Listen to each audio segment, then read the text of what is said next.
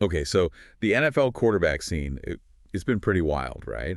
And the draft just stirred things up even more. Definitely. A lot to unpack. Today, we're going to really focus on one team, the Pittsburgh Steelers. We'll dig into their whole quarterback strategy after the draft. Right, and the constant buzz around Aaron Rodgers maybe landing there. Exactly. And then we'll switch gears a bit, share a really cool moment for a new Green Bay Packer. Sounds good. Yeah, we've got some interesting stuff to look at. Insights from Adam Schefter on Rodgers, Mina Kim's take on the Steelers' draft choices. Which is maybe a bit more critical. A little bit, yeah. And then that Matthew Golden story for the Packers, which is just fantastic. So the mission here is to try and figure out, what the Steelers are really thinking with their QBs. Mm-hmm. How likely is Rodgers? And also just appreciate that human side of the draft with Golden. Okay, let's dive in. Pittsburgh, their draft. Yeah. Well, it felt very defense first, wouldn't you say? Oh, for sure. Derek Harmon early, defensive tackle. Then you get Caleb Johnson, the running back, in the third. But then, 4 of their last 5 picks were defense again. Right. And the only offensive guy in that stretch, Will Howard, quarterback, way down in the 6th round. So with just one QB drafted and so late, it makes you wonder, what's the big plan? Is there one? Well, that's where Adam Schefter's latest report gets really interesting. It seems like the Steelers, they don't see the draft as the final move for their QB room this year. Oh, Yeah, Schefter says there's still a pretty strong belief inside the building that Aaron Rodgers could still end up in Pittsburgh. wow. It's still after the draft. Yep. And Art Rooney himself, the owner, apparently said over the weekend he's hoping Rodgers gets there hopefully sooner rather than later. Okay, sooner rather than later from the owner. That's significant. It really is. Suggests a certain confidence level, right? Yeah. And Schefter also made the point that, well, who else is really in the market for a starting QB right now? Exactly. He basically framed the Steelers as the last team standing that needs a quarterback. And he said, there's a feeling in Pittsburgh that Rodgers will eventually come around. Yeah. Like they're just waiting. Kind of paints that picture. Yeah, our spot's open, Aaron, whenever you're ready. Which is interesting because the Vikings just traded for Sam Howell. Right. And Schefter touched on that too. That move pretty much takes Minnesota off the board as a potential Rodgers spot. So it really does seem to leave Pittsburgh as the main contender, maybe the only serious one. Seems that way, though Schefter did add, it still could be a little while before he signs, so not a done deal. Right. Need that caveat. But still, that optimism from the Steelers is noticeable. It is. But then you get Mina Kim's perspective, which throws a bit of cold water on it, or at least raises questions. Yeah, what was her take? She was pretty blunt. Said she felt the Steelers should have grabbed a quarterback earlier in the draft, period. Okay.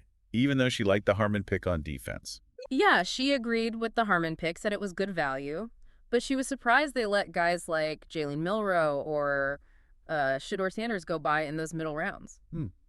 That is interesting. Makes you wonder how they evaluated those guys internally. Absolutely. And Mina's bigger point was about the long term, even if they do get Rodgers. He's not the future, obviously. Age, the Achilles injury. Exactly. He's a short-term fix, maybe. So her question is, okay, what's the actual plan for the next franchise guy? Because relying on next year's draft is tricky for them. Very tricky. They usually draft too late for the top QB prospects, and she pointed out their division rivals, loaded up on draft picks, they have more ammo. So she doesn't see a clear path forward for them at QB if they don't draft one higher. Pretty much. And she specifically mentioned them passing on Shedeur Sanders at pick 83. Right, what does she make of that? For her, that was like a flashing neon sign saying the Steelers just didn't see him as, quote, draftable right there. Their grade wasn't high enough. Interesting.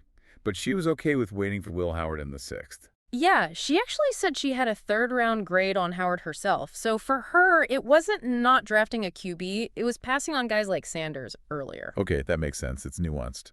But she kept coming back to that optimism from the Steelers about Rodgers, hearing it repeatedly. And their question was just, what's the wait, though? Yeah, fair question.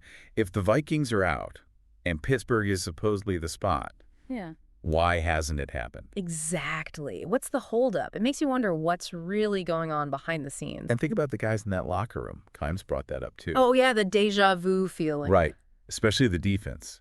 Probably hoping for some certainty, and now it's, uncertainty again. Even with Howard, he's a rookie 6th rounder. Unlikely to start day one, yeah. So they're kind of banking on Rodgers actually signing. It feels like it. It led to that whole hypothetical too, didn't it? about Kirk Cousins. Yeah, like, what if the Falcons somehow made Cousins available? Should the Steelers jump on that? I mean, crazy hypothetical, but it shows the level of what if surrounding the position. Cousins has experience, even coming off the injury. Totally. It just highlights the question marks they still have. Okay, let's shift gears completely. Enough uncertainty. Let's talk about some pure joy. Green Bay. Ah, yes. Matthew Golden. They drafted a wide receiver, first time since, what, 2002? And the fans went absolutely nuts. Electric is the word. You could feel it through the screen. It was exactly the kind of moment the NFL wants when they move the draft around. For sure. And Golden himself, just beaming. You could tell it meant the world to him. Oh, totally. He kept saying it was a dream come true, a blessing. Just pure gratitude and excitement. That suit. Got to mention the suit. The golden suit. Perfect, right? Hey. Custom made. Said he just wanted to represent his name. Nailed it. He mentioned a chain, too. That means a lot to him. Didn't have it on right then, but clearly important. Yeah, personal touches. But what really stood out was just hearing him talk about becoming a Packer. Right. He felt like everything led him there. The right opportunity. After all that anxiety waiting, he said landing with Green Bay just felt right. Ready to work. And apparently he had no idea they were going to pick him. None at all. No contact beforehand. Made the surprise even bigger for him. Wow. And he seems pretty confident he can fit right into that offense. Yeah. Talked about his explosiveness, getting open anywhere. Yeah. Called himself a playmaker, a reliable target in big moments. We'll love to hear that from a rookie. And the jersey number change is a great story, too. From 81 to 22. Why 22? Couple reasons. He's 22 years old, so it marks the start of his NFL career. But the big one... Sentimental. Very. It was his great-grandmother's favorite number. She always wanted him to wear it, so he's honoring her. That's fantastic. And yeah, the fact they haven't drafted a receiver since '02 just adds to it. Big shoes maybe, but sounds like he's ready. Seems like it. And his first goal with his NFL money. It's incredible. Oh yeah, tell us that. He wants to buy back the property his family lost when he was a kid, the place he grew up, all those memories. Wow. That says a lot about him. For his family, his grandmother especially. It really does. Puts everything in perspective, you know? These guys have real lives, real motivations driving them. Totally. And his favorite college play. That 4th and 13 against Arizona State. Ah, yes. And the host, who was an ASU fan at that game. Having flashbacks. Heartbreak in real time. Yeah. Classic football moment. Exactly. The emotion of it all. Okay, one more shift. Let's look ahead a bit. Rookie predictions. Harry Douglas had his That Boy Will Be Bad segment. Right. Picking rookies he thinks will make an instant impact. Who was first on his list? He actually picked a duo. The Atlanta Falcons pass rushers, Jalen Walker and James Pierce Jr. Addressing a big need for them. Huge need. He talked about their speed, power, explosiveness, said the Falcons have struggled getting sacks, and these two could change that immediately. Makes sense. Who else? Second was Coast Loveland, the tight end for the Chicago Bears. Okay. What did he like about him? Savvy routes for a rookie, good hands, toughness from playing at Michigan.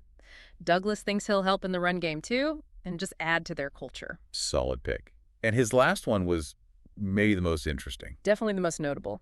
Shedeur Sanders, quarterback for the Cleveland Browns. Whoa. Okay, 6th QB taken, but Douglas is high on him. Very high. He said Sanders was his number 2 quarterback in the entire draft class. Wow, number 2, despite falling to the 4th round. Yep. Douglas basically said, patience is a virtue here. He believes Sanders is ready to play way better than people expect. Called him out as someone ready to perform at a high level. Okay, that's a bold call. A potential major steal for the Browns if he's right. Definitely one to watch. Absolutely. Puts a spotlight on Sanders for sure. So wrapping this all up, quite a journey today. We've got the Steelers in this Rodgers holding pattern. Lots of questions about their QB future. Right, that ongoing drama. Yeah. Then the pure excitement of Matthew Golden joining the Packers. Just a great draft story. Love those moments. And then looking forward with those rookie predictions, especially the big bet Harry Douglas is making on Shedeur Sanders. It really shows you all the different layers of the NFL offseason, doesn't it? Strategy, hope, dreams, bold predictions. Yeah, the Steelers situation is just fascinating. So much hope pinned on one guy, maybe, while Golden's story is just pure optimism. And those rookie picks remind us we won't know the real impact of this draft for a while. There are always surprises. Which leaves us, and you listening, with a big question, I think, about the Steelers again. Yeah. Is all this optimism about Aaron Rodgers, this apparent waiting game, Is it a smart gamble that's going to pay off big? Or should they have been more aggressive in the draft? Secured someone earlier, hedged their bets a bit more. Exactly. It's the central question for them right now, and honestly, it's going to hang over their whole offseason, maybe even into this season. No easy answer, just adds to the intrigue. It's why we follow this stuff, right? Never a dull moment.